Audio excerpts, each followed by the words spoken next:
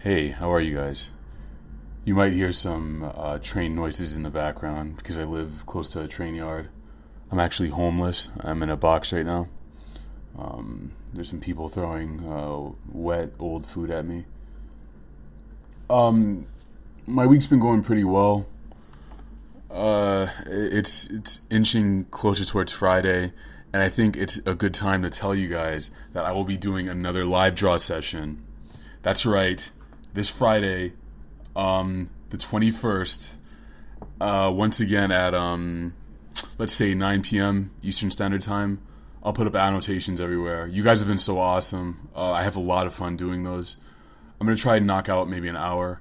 It will be really cool to do those weekly. I'll see whether or not I can pull that off. I suppose I should talk a little bit about this drawing.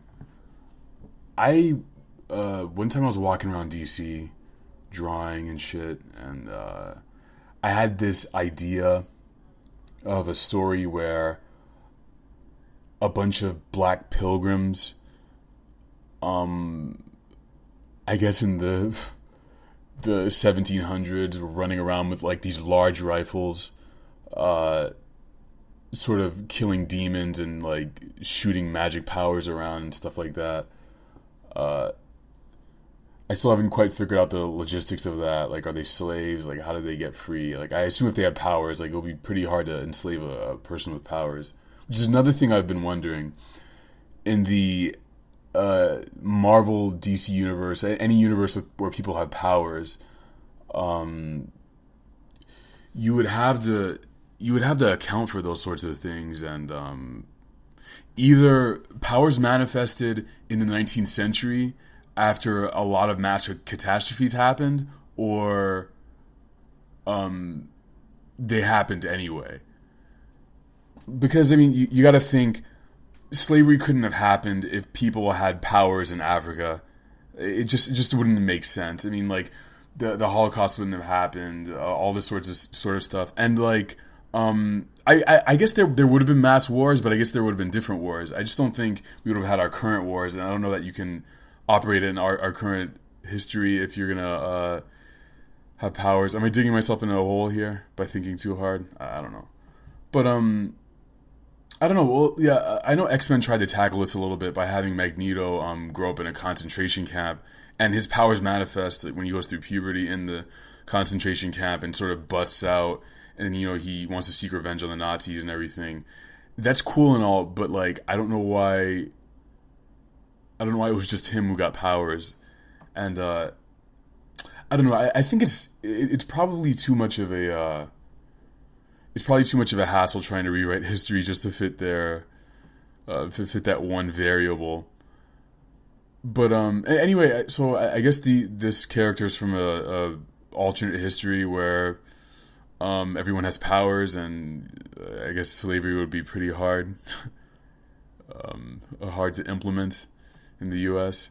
God, so much shit would have been more difficult. Like if the Native Americans in North America or any of the Americas had powers. I mean, and like Europeans came over on boats, like they would have fought them off, and maybe they wouldn't have been diseased. I don't know. So this guy is riding around on a horse, shooting at somebody. It's kind of a common pose that I play with. At this point in the drawing, I wasn't using any reference, so I kind of like fucked up the horse face, excuse me, horse head, and the guy's body was a little anatomically incorrect. I'm pretty proud of how this drawing came out. I stuck with it. And I tried to make it a little bit more painterly than most of my drawings, where there's a lot of hard lines.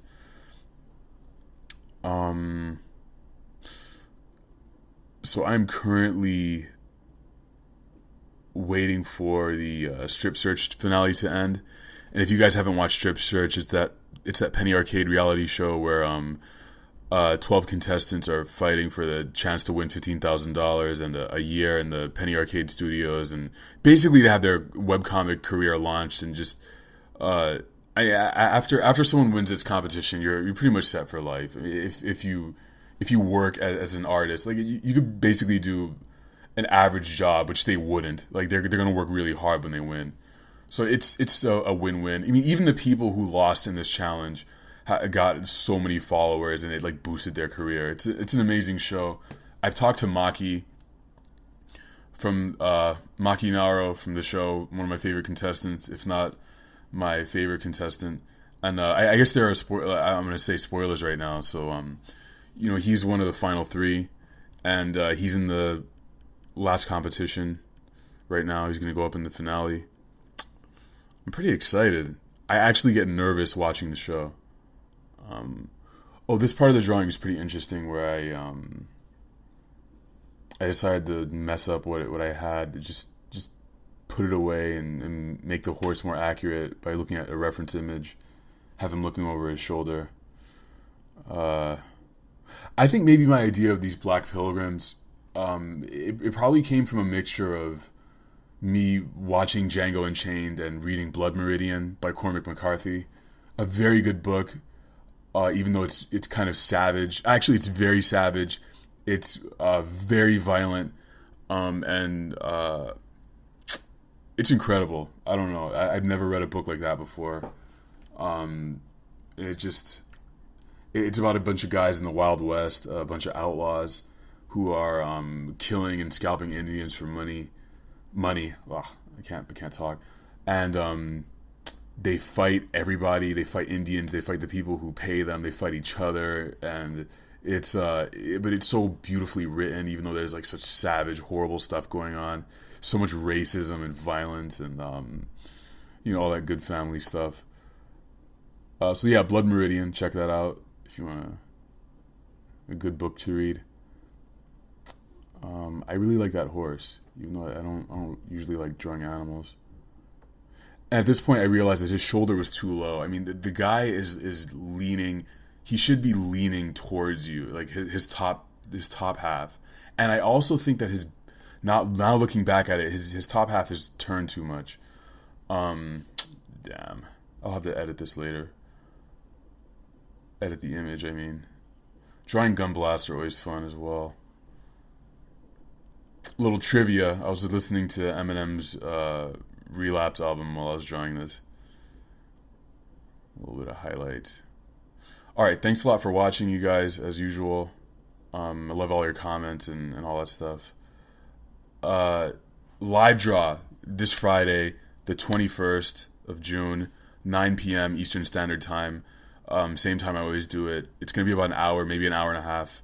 I hope to see you there. Bring your questions, your requests. Yeah.